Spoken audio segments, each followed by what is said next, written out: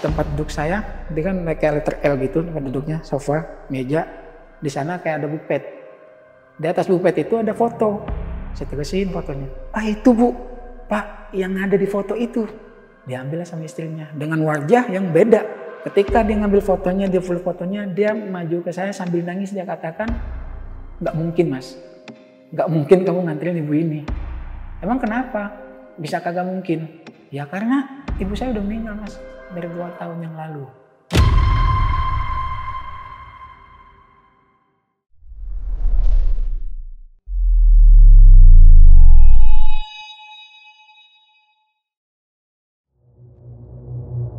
Assalamualaikum warahmatullahi wabarakatuh. Kembali lagi di Lentera Malam bareng gua Adit, dan malam ini adalah episode yang cukup spesial nih karena kita kedatangan salah satu narasumber yang dulu pernah berprofesi sebagai seorang supir bajai. Dan kita belum ada nih narasumber yang bercerita tentang pengalaman mistisnya ketika berprofesi sebagai seorang supir bajai.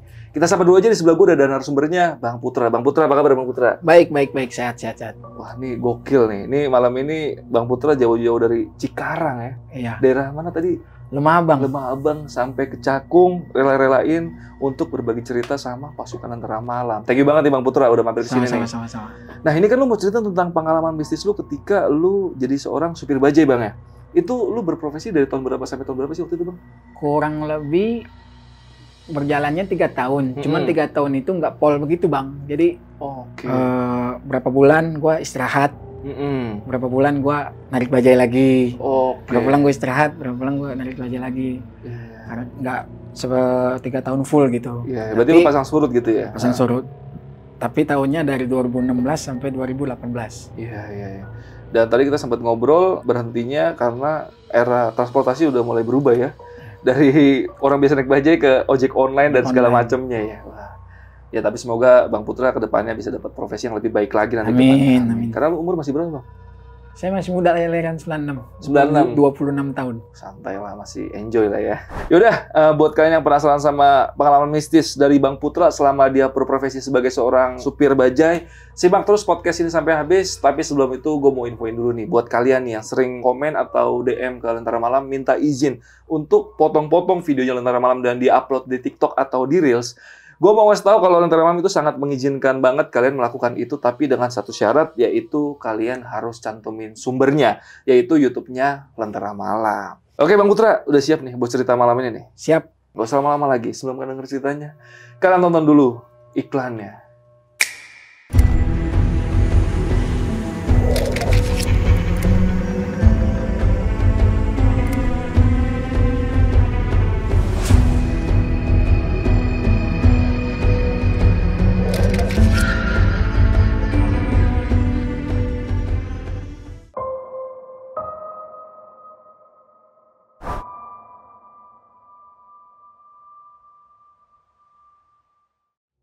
Gue kan dulu sebelum jadi supir bajai nih gue ngamen bang. Gue ngamen di lesehan, pecel lele, di bis juga.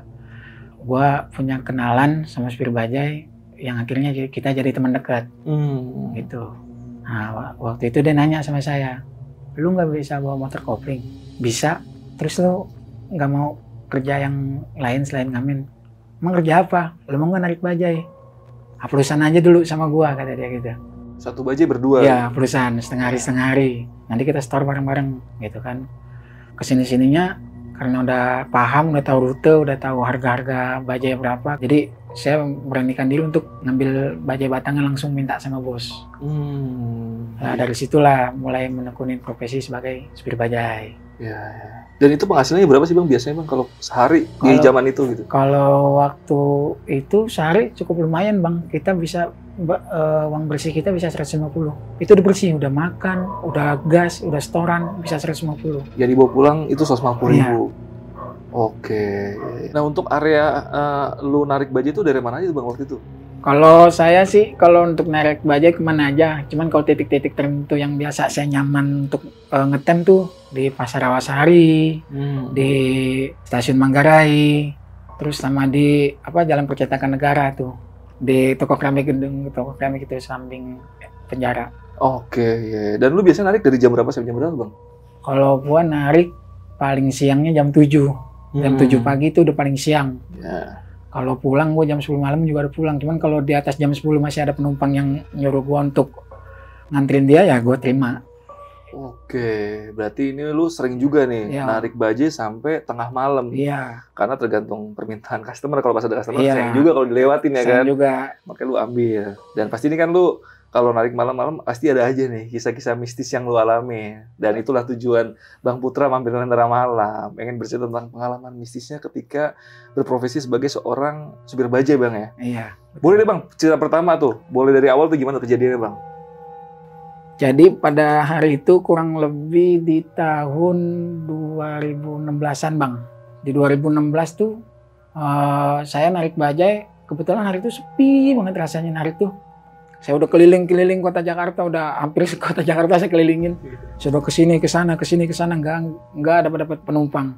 Hingga akhirnya saya mutusin untuk ngambil jalur di daerah Jakarta Selatan Bang. Lalu di situ saya di-stopin sama seorang ibu-ibu pakai baju biarawati. Dia nyetopin saya. Ya selayaknya supir kita di-stopin penumpang, berhenti saya. Lalu saya tanya, ibu mau kemana tujuannya? Saya ke Radio Dalam Bang. Udah saya kasih tahu nominalnya 40.000, dia nggak banyak basa-basi lagi, langsung naik. Saya Nggak pakai nawar. Ya, nggak pakai nawar, saya bukain pintunya dia langsung naik. Ya kita yang ya, seperti yang biasa saya jalanin sama penumpang lainnya, duduk anteng jalan. Itu mukanya dia pucat, cuman pucatnya nggak menjelaskan bahwasanya dia hantu, kayak pucat bedak, masih pucat normal. Iya. Saya awalnya belum curiga bahwasanya dia hantu. Karena napak, naik bajai, napak di jok saya gitu kan. Cuma wangi, dia juga wangi, badan wangi banget. Wanginya itu bukan wangi melati, tapi wangi kayak parfum buat orang-orang tua lah gitu. Oke. Gitu. Karena mungkin dia kerjanya biarawati, harus wangi juga mungkin kan. Saya nggak heroin itu karena memang nggak ada tanda-tanda tentang mistik di situ. Singkat cerita, nyampelah saya di depan Gapura Radio Dalam. Nah, jadi di depan Gapura Radio Dalam, saya sempat nanya lagi sama ibu. Bu, kita kemana lagi, Bu? Apa di sini apa masuk lagi? Oh, masuk Bang, ke dalam. Dia sambil nunjukin tangannya, dia masuk ke dalam. Belok. Sampailah di tempat di mana itu rumahnya. Nah, dia turun. Dia ngomong sama saya, Bang tunggu ya sebentar, saya ke dalam dulu. Ya pikiran saya karena saya bukan supir bajai, bukan baru pertama kali. Ya saya pikir antara dua. Kalau dia nggak bawa dompet atau dia nggak punya uang pas, gitu kan, antara dua ya. Karena saya udah biasa nganter, saya tungguin. Dia masuk ke rumah itu, buka gerbang, dia masuk ke dalam, sampai di dalam buka pintu masuk selayaknya manusia. Datang ke rumah, buka gerbang, buka pintu utama, masuk.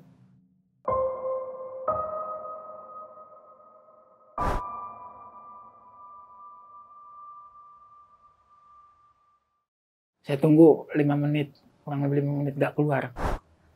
10 menit kemudian nggak keluar juga.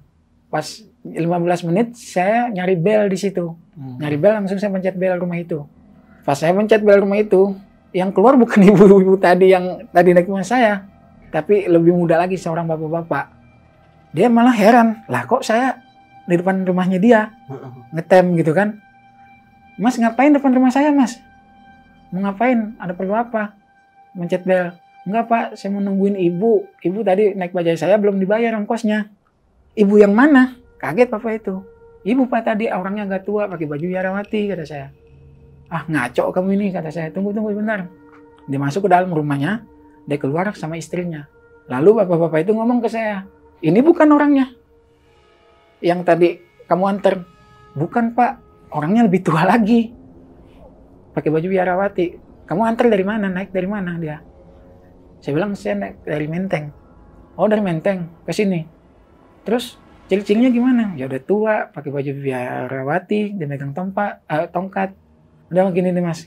Oke, saya nggak mau debat di sini, yang nggak enak sama tetangga. Kalau memang kamu benar itu masuk ke dalam. Diajaklah saya masuk ke dalam rumahnya dia. Untuk ngejelasin lebih dalam lah apa maksudnya gitu kan. Dia masih belum ngerti, saya juga masih belum paham. Kenapa bisa begitu terjadi kan? Lalu ditanya lagi sama suaminya. Tadi Mas nganter dari Menteng ke sini. Bilangnya mau ke rumah ini. Bukan bilang mau ke rumah ini, memang turun di rumah ini Pak. Saya bilang gitu kan. Ibu-ibu mana? Di sini nggak ada orang lain selain kami berdua. ada satu perempuan juga, tapi itu anak saya, masih kecil. Nggak mungkin kamu nganterin ibu-ibu, karena di sini ibu-ibu cuma saya doang. Nggak ada lagi.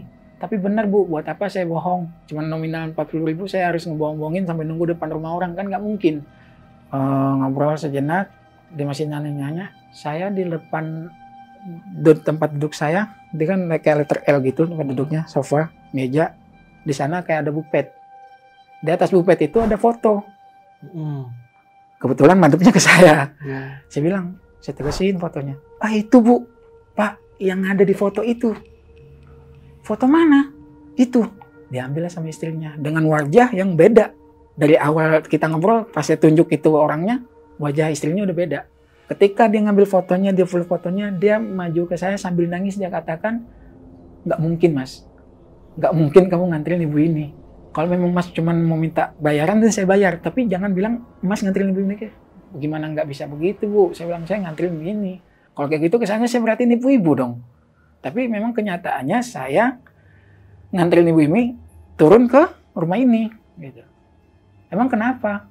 Bisa kagak mungkin? Ya karena ibu saya udah meninggal Mas. Dari 2 tahun yang lalu. 2 tahun yang lalu? 2 tahun yang lalu dia meninggal. Wah. Terus akhirnya gimana tuh? Nah, pas 2 tahun lalu, dia bilang 2 tahun lagi, suaminya juga ikutan nangis, saya juga ikutan haru, campur merinding juga, udah campur aduk pikiran saya tuh. Berarti yang tadi naik bajai gua hantu. Berarti yang tadi naik bajai gua setan. Yang ngobrol sama gua setan. Aduh, udah gak karuan deh pikiran. Akhirnya karena rasa takut juga dan rasa gak enak juga, masa setan masih gue pintain duit gitu kan.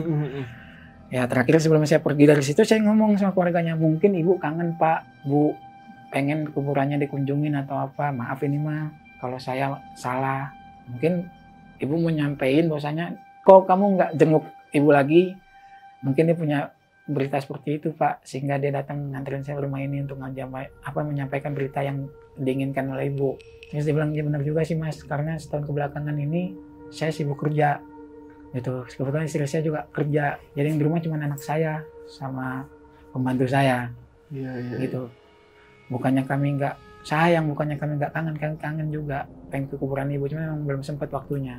Ya bisa jadi karena itu Pak, makanya ibu bawa saya ke sini. Nah singkat cerita, ongkos saya dibayar sama dia, saya pulang dong. Habis ongkos dibayar saya pulang, udah Pak, maaf sebelumnya kalau memang udah ganggu Bapak, udah ganggu Ibu, saya izin pulang Pak, karena saya juga harus nyari penumpang yang lain, gitu kan. Oh ya Mas, nggak apa-apa Mas, terima kasih sebelumnya, terima kasih juga udah ngasih kabar yang baik buat saya dari ibu saya, dan saya juga minta maaf kalau tadi saya udah agak kasar, marah-marah sama Mas. Ternyata Mas mau berita baik buat saya. Ya udah Pak, saya izin pamit, saya keluar naik bajai. Pas saya naikin bajai saya itu, wanginya dia nggak hilang Bang. Nggak hilang, wanginya nggak hilang.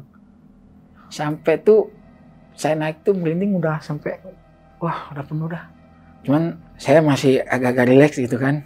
Biarin dah. Pikiran juga ada bahwasanya, aduh, masa dia masih ngikutin bajai gua? Ketika saya mau keluar lewat gapuranya dia, saya ngomong nih, udah dong Bu, jangan diikutin mulu. Saya kan udah anterin ibu, saya juga udah bilang sama anak ibu bahwasanya suruh besok ibu ke kuburan. Tapi kenapa ibu masih gangguin saya, masih ngikutin saya? Jangan ngikutin saya mau nyari penumpang Bu, saya belum dapat duit, kata saya gitu kan. Lalu ketika jadi agak belokan gini, baru keluar gapura gede, di situ ada tempat gelap Bang, tanpa ada cahaya lampu dari penerangan jalan, nggak ada. Gelap, sini juga banyak kayak pohon-pohon gitu. Ketika saya lewat, saya nengok ke kanan, saya pikir penumpang lagi kan. Karena saya nyari penumpang, ternyata dia lagi nongolin. Kali ini mukanya datar tapi kayak senyum. Mukanya datar tapi kayak senyum. Langsung saya nggak ada basa-basi, saya tancap gas sekenceng-kencengnya itu bajai saya. Saking ketakutannya bahwasanya dia masih ngikutin saya. Sampai teriak-teriak si bajai, udah Bu, udah jangan ikutin saya. Sehingga saya hilangnya parfum itu ketika ada penumpang lain naik. Pas lu kabur berarti masih ada? Masih ada baunya. Kurang lebih saya dapat penumpang tuh di Kampung Melayu, baru dapat penumpang lagi. Berarti dari radio dalam ke Kampung Melayu itu minyak wangi baunya masih ada di bajai. Wah, anjir. Gila. Itu yang bikin serem lagi pas lagi lu keluar gang itu ya, keluar dari dalam itu ada dia berdiri ngelihat gitu, ngelihat kayak senyumnya cuma datar, mukanya datar gitu, kayak senyum gitu. Saya bilang, udah, ini panik tuh. Karena saya juga orangnya sebenarnya takut bang, sama makhluk-makhluk seperti itu takut. Cuman ada rasa penasaran, cuman ada rasa takut, jadi campur aduk lah gitu. Iya. Dan ini gue penasaran sama ini nih Put. Kan tadi pas di dalam rumah itu, yang akhirnya dapat jawaban ternyata itu adalah almarhum ibunya dari orang itu kan lu ngeliat foto ya. Itu di foto si ibunya itu pakai pakaian sama kayak biarawati atau pakai pakaian yang lain gitu? Pakaiannya pakaian biasa, kayak pakaian apa sih? Orang-orang tua zaman dulu tuh kayak ini Cina gitu. Yang baju merah-merah gitu. Iya. Cuman dandan lah gitu, dandan cakep gitu. Tapi lu inget banget itu wajah dia? Itu wajah dia, inget banget. Dan saya sempat berdebat, saya bilang gini, saya ini masih muda Pak, mata saya masih awas, dan saya kesini dalam keadaan tidak mabok. Karena sempat disangka dia bahwasanya saya lagi mabok. Saya bilang saya nggak mabok, saya normal. Saya gituin. Dan saya juga masih muda, nggak mungkin mata saya salah lihat. Udah jelas-jelas itu dari Menteng sampai sini, saya sering mandangin ibu pakai spion. Saya gituin. Dan profesi ibunya bener biarawati atau enggak? Gitu. Soal itu saya nggak nanya sih. Nggak nanya? Nggak nanya. Atau mungkin bisa jadi sih pas lagi semasa hidup dia seorang biarawati ya. Cuman pas di fotonya aja emang lagi nggak pakai pakaian biarawati ya. Nah, satu lagi nih Put, pas tentang yang biarawati ini ya Put. Kan lu pas dalam perjalanan dari Menteng ke Redo Dalam tuh ya ibaratnya masa supir sama belakang nggak ngobrol gitu. Sempat ngobrol nggak sama dia? Ya kalau ngobrol, kalau saya begini, kalau saya nggak penumpang saya tanya mulai duluan, saya nggak mau. Takutnya penumpangnya ilfil atau terganggu dengan pembicaraan saya. Iya. Profesional kerja aja lah, kita jalan dari yang dia. Kecuali kalau memang udah mau nyampe di tempat, paling saya nanya-nanya sedikit, kemana lagi Bu? Kemana lagi? Belok mana? Ya paling itu doang. Itu hal yang wajar sih dalam inian bajai. Iya. Berarti lu nggak sempat ngobrol yang lain-lain gitu ya? Tapi yang jelas dia ngomong, dia napak, dia duduk. Kalau buka pintu bajai saya yang bukain, memang buka tutup saya yang bukain. Cuma dibuka pintu gerbang, terus buka pintu utama, masuk ke rumahnya dia. Itu jelas banget dia yang buka. Dan ternyata udah meninggal 2 tahun lalu.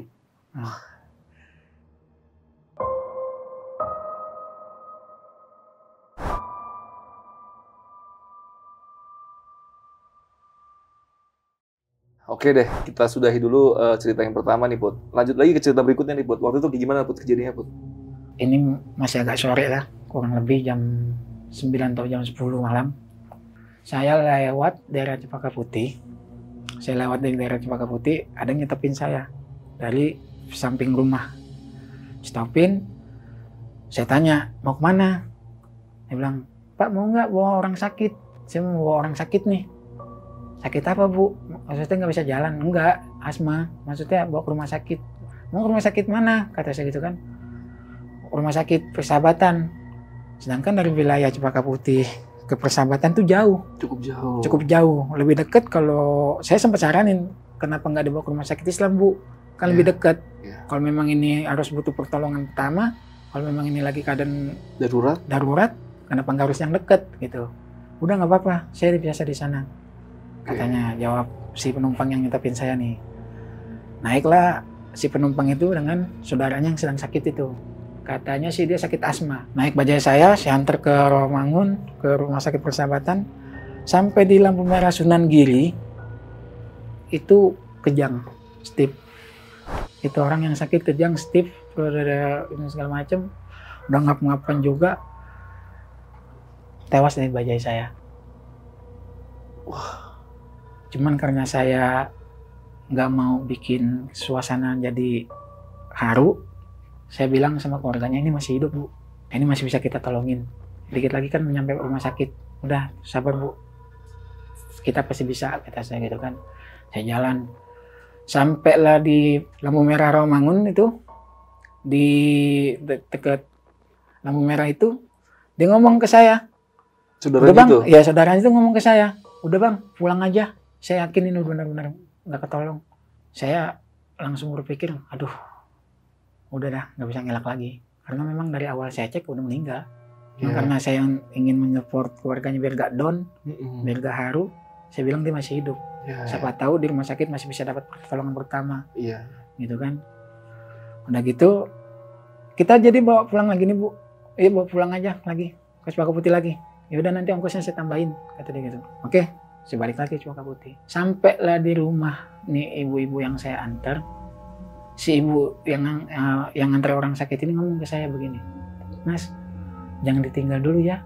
Tolong bantuin saya sampai banyak warga yang datang, sampai saudara-saudara yang lain ikutan datang. Lah saya curiga, kenapa nih? Kayak ada kejanggalan gitu Pak. Kejanggalannya dalam artian, saya sih bukannya suzon sama orang enggak. Lah ini kenapa? Ada apa kok saya untuk minta jadi saksi gitu kan? Gitu. Akhirnya singkat cerita, orang udah banyak rame, kumpul, keluarga udah banyak yang nangis. Lalu saya dibolehkan pergi dengan bahasa, makasih ya Mas sudah mau nolongin saya gini. Nah akhirnya saya bilang dalam hati saya, aduh nggak beres gitu. Saya mau pulang pergi, saya ke bajai saya ingin jalan lagi nyari penumpang lagi, ada yang janggalnya tuh ada sosok dia di bajai saya. Wah, itu pas lagi lu di jalan apa pas lu baru masuk ke dalam bajai? Baru masuk membajai. Dia udah ada duduk di belakang itu di posisi yang sama ketika dia stip. Wah. Ada yang diucapin atau ada ekspresi yang aneh dari sosok itu? Kalau untuk ngucapin sih enggak Bang. Cuman kalau dari tatapan dia ke saya kayak marah. Sehingga dalam pikiran saya kayak gini, lu kenapa nggak bawa gua ke rumah sakit terdekat sih? Saya bilang sama dia, Pak, saya kan cuma ngikutin perintah. Saya cuma ngikutin perintah bahwasanya saya supir, saya dibayar, tujuannya ke rumah sakit Persahabatan, ya saya antar ke Persahabatan, Pak. Karena dia customer saya.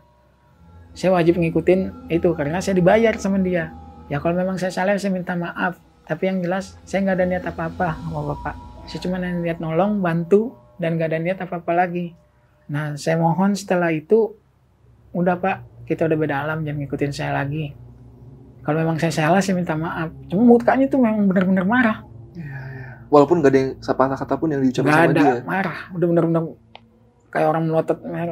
Bahasanya, ngapain lu bawa gua ke Persahabatan? Ya. Karena di bajai tuh dia nggak ngomong Bang. Dia di bajai tuh udah kritis lah ya. Iya udah. Gitu. Udah susah lah untuk ngomong juga susah. Udah ngap-ngapan. Gitu. Terus habis itu apa lagi yang terjadi? Ya habis itu gue langsung keluar, sosoknya dia masih kayak tersimpan di itu, gue tanda tanya bahwasanya kenapa nih, kenapa. Ya berhubung karena gue juga harus narik lagi ya, gue lupain sugesti-sugesti yang ada di otak gue tentang penampakan tadi. Iya. Wah ini bukan bermasuk suzon ya, maksudnya lu ada kecurigaan sesuatu sama si yang nemenin itu? Kalau curiganya gini, kayak ada kejanggalan kayak, nih lu harus nggak selamat. Ya. Kalau dari logika saya atau dari logika saya ya, tapi bukan berarti saya sujon atau langsung ngejudge, oh ini permainan saudaranya, enggak. Karena kita sebagai keluarga, sebagai saudara, kalau memang ngelihat saudara kita lagi sakit dan keadaannya darurat, pasti kita ke klinik atau rumah sakit terdekat. Yang paling dekat ya. Lalu kenapa ini jauh? Sedangkan itu Jakarta Timur, Jakarta Pusat berarti kan? Yeah. Rumah sakit Persahabatan adanya di Jakarta Timur, Cempaka Putih ada di tengah-tengah Jakarta Pusat. Belum kena macetnya lagi segala macam. Dan yang saya heran sebelum sampai rumah sakit, saya benar-benar diyakinin sama saudaranya bahwa udah pulang aja, ini mah nggak bakalan selamat. Karena memang udah tewas di tempat. Iya. Yeah. Nggak mau nyoba dulu ke rumah sakit, siapa tahu nanti dipacu jantung bisa hidup lagi itu maksud gitu, saya ya, gitu. Tapi ini kayak udahlah kayak pasrah gitu bagaimana ya, mungkin juga udah ikhlas keluarganya bagaimana, tapi kan saya nggak tahu tentang yang lebih dalamnya seperti apa. Itu pikiran negatif lu aja lah, cuman untuk kejadian aslinya kita nggak tahu. Kita nggak tahu. Asumsi lu aja lah itu. Iya. Karena memang itu janggal Bang. Kalau menurut gue janggal, kenapa harus lu bawa ke rumah sakit yang jauh, sedangkan rumah sakit terdekat ada di situ. Padahal kondisinya udah sangat kritis. Ngomong aja udah nggak bisa dia. Ngomong aja udah nggak bisa, udah ngap-ngapan. Ya.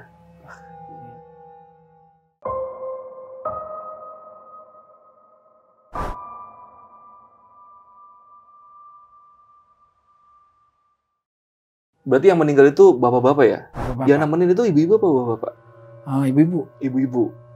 Oke. Yaudah kita lanjut lagi ke cerita berikutnya, Put. Lu ada nggak cerita tentang yang berkaitan sama mistis lagi? Atau mungkin dari pribadi lu atau dari rekan-rekan kerja lu ada nggak, Put? Kalau dari pribadi gue Selama di Bajai ya? di Bajai masih ada sih beberapa lagi, cuman ini mah sepintas-pintas aja, dia jahil-jahil doang gitu, nggak mau nampakin. Oh, itu gimana tuh waktu kejadiannya? Waktu itu gue kemalaman, gue males pulang ke Rawasari karena biasa ngetem di Rawasari. Gue akhirnya tidur di Raden Saleh. Di Raden Saleh itu tempat tidur gue kurang lebih seperti depan itu rumah tua. Cuman gak tua banget, gak serem lah gitu. Cuman udah banyak pohon-pohon liarnya di dindingnya gitu. Nah di saya di bawah pohon kapuk. Bajai saya pas taruh di bawah pohon kapuk. Saya kan suka istirahat di mana aja gitu kalau lagi kelelahan gitu kan. Yang penting bisa istirahat sejenak. Kalau memang udah puas, saya baru bangun lagi kerja. Saya tidur di situ. Pertama tidur kayak ada suara aneh. Suaranya kayak tak. Apa nih kata saya gitu kan. Tak. Apa mungkin jok saya gitu kan, apa saya bingung. Saya lihat ada yang nimpuk pakai batu segede-gede gini ke bajai saya. Bahkan yang terakhir kalinya hampir mengenai saya. Berarti banyak tuh lemparannya ya? Lemparannya lumayan banyak karena dia hampir mengenai saya terakhir kalinya. Nah, karena saya udah lumayan terbiasa dengan hal itu, karena sebelum kejadian itu kita udah pernah ngalamin, ya saya cuek aja. Saya cuek, saya tinggal tidur lagi. Ternyata dia nongolnya dengan cara ketawa, nggak nampakin. Dia ketawa. Itu suaranya dari dalam rumah tua. Suara kuntilanak? Suara kuntilanak dari dalam rumah itu. Jelas banget suara kuntilanak. Rumah kosong, ada orang yang bicara kan gemah. Iya. Nah dia ketawa di dalam rumah kosong itu. Jadi gemahnya benar-benar kayak... Suaranya gemah? Sampai lo lakuin tuh pas habis dengar suara itu? Ya kita jurus kaki 1000 bang. Saya tinggalin bajai, saya kabur. Saya ke depan, di depan tuh ada tukang nasi goreng yang kaget ngeliat saya lari-lari. Kenapa bang lari-lari? Ada yang ketawain saya pak, saya lagi tidur di situ di pohon kapuk. Ketawain maksudnya gimana? Kuntilanak? Iya pak, kuntilanak. Kamu yang di rumah gedung itu ya? Kata dia, yang kosong itu. Iya pak. Pas kemarin tuh rumah itu dikosongin karena banyak kejadian-kejadian aneh. Awal rumah itu dikosongin, ada pembunuhan pembantu di situ. Yang habis dibunuh mayatnya digantung. Jadi kalau menurut warga sekitar, si sosok ini nggak terima gitu, sehingga dia mau gangguin atau buat masalah di situ, nakut-nakutin orang karena dia nggak terima. Karena dia udah coba teriak tolong tapi nggak ada yang nolongin kan. Itu alasannya dibunuh kenapa katanya? Yang si pembantu itu tahu nggak? Kalau alasannya dibunuh sih nggak tahu, tapi menurut tukang nasi goreng itu setelah gua lari kabur itu akhirnya dia banyak ngejelasin ya itu rumah itu udah kurang lebih 3 tahun kosong. Pernah ada yang nguniin tapi nggak kuat, pernah ada yang nguniin lagi tapi nggak kuat karena banyak kejadian-kejadian yang janggal di rumah itu. Sehingga sampai saat ini masih kosong di rumahnya. Sampai kosong. Sekarang detik ini pun masih kosong. Masih rumahnya? Kosong. Terakhir saya main ke sana, masih muter ke sana masih kosong. Tapi rumahnya gede. Rumahnya gede. Dibilang tua banget sih enggak, karena kayak rumah mewah, cuman nggak kepake, terbengkalai gitu doang. Iya, bentuknya masih bagus gitu. Bentuknya ya. masih bagus, cuman depannya udah banyak pohon-pohon liar gitu yang tumbuh di dinding-dinding gerbangnya sampai dinding-dinding halaman rumahnya itu udah banyak pohon liar. Wah, oke. Tapi untungnya lu nggak ditampakin ya? Untungnya nggak ditampakin, ya? cuma disuarain doang. Iya. Tapi kata tukang nasi goreng suka nampakin katanya sosoknya. Sering. Nah, salahnya Mas kok Mas berani-beranian tidur depan rumah itu, sedangkan kita warga sekitar aja jauh gitu ya dari rumah itu. Jauh dari rumah itu. Tapi Mas berani-beranian karena saya lelah Pak. Saya bilang saya takut, saya habis narik seharian. Saya udah nggak kuat lagi jalan. Udah. Saya bilang saya tidur di situ aja mau kagak mau. Ternyata dia datang. Iya. Delin saya. Oke deh, Put. Lumayan epic nih cerita. Lo ada 3 tadi yang lu ceritain ya. Iya. Dan tadi kan kita sempat ngobrol tuh bagian awal mula lu bisa jadi narik bajai ya. Ini lu akhirnya berhenti bajai itu kenapa tuh, Put? Gue berhenti. Boleh cerita nggak gitu? Ya ini sih bukannya jadi ngejelekin satu pihak untuk menguntungkan satu pihak, enggak. Gue berhenti dari bajai karena banyaknya ojek online, Bang. Oh, oke.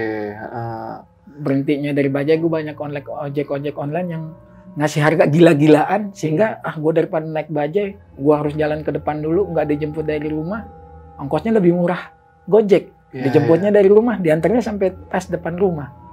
Tapi kalau gue naik bajai, gue harus nyetopin dari jalan dulu ke depan. Turunnya pun nggak bisa sampai depan rumah. Itu. Berarti ini kendalanya karena itu ya, perkembangan moda transportasi ya, persaingan juga akhirnya. Ya mungkin emang semua kan bergeraknya ke arah digital lama-lama ya. Dan itu berarti pas akhir-akhir lu narik itu udah sepi tuh tarikan? Udah sepi tarikan, udah buat dapetin setoran 100.000 aja udah susah. Berarti lu awalnya yang tadinya bisa 150.000 dibawa pulang, itu buat nyampe setoran 100.000 aja susah tuh di saat itu. Sehari bisa dapat berapa tuh pas lagi era-era itu tuh Bang? Lagi zaman-zamannya susah gitu, sehari paling 80.000. 80.000? Bahkan kita jadi jatuhnya minus. Iya. Setoran nggak kesampean, yang dibawa pulang pun nggak ada. Nggak dibawa pulang pun nggak ada.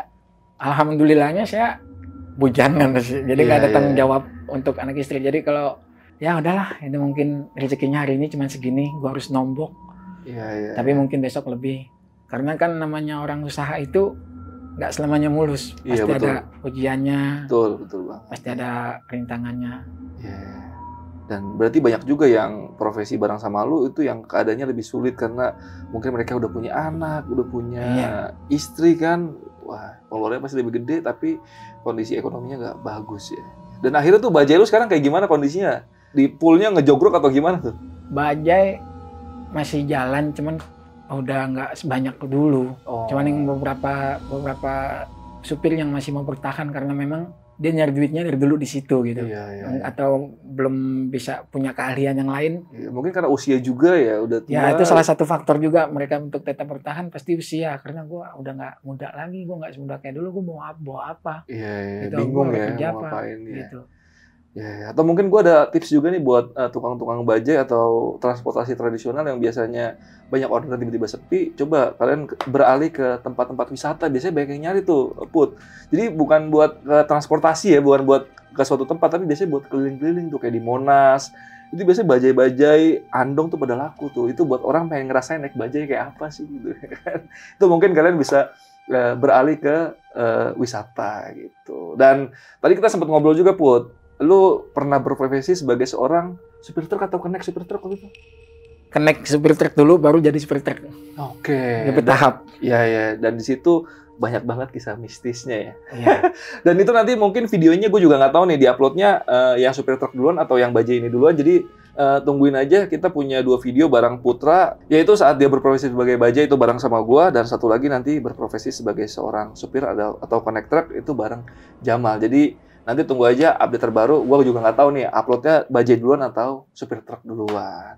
Oke, Put, thank you banget nih, Put, udah mampir Lentera Malam nih. Dan lu ada yang mau dipromoin nggak? Ada sosial media nggak, Put?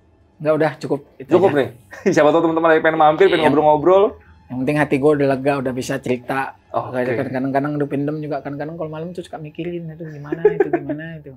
Sampai tadi malam aja gue nggak bisa tidur mau ceritain ini. Gue takut ntar malamnya takut didatengin dalam mimpi. Ya, semoga aman-aman aja lah ya. Aman-aman aja. Amin. Dan lo ada yang mau disampaikan nggak ke penonton Lentera Malam?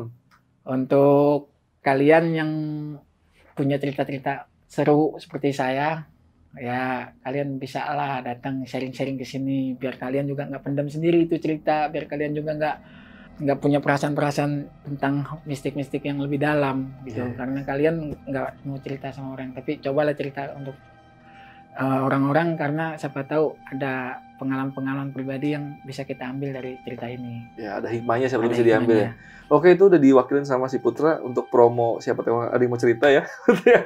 Thank you banget, Put, udah ngasih tahu ke penonton juga, karena ya buat kalian yang ragu-ragu pengen cerita ke temannya takut dibilang bohong atau segala macem, Lentera Malam adalah tempat yang tepat untuk kalian punya cerita-cerita horor dan menceritakan ke pasukan Lentera Malam, karena kan penonton Lentera Malam itu penikmat horor ya, Put ya.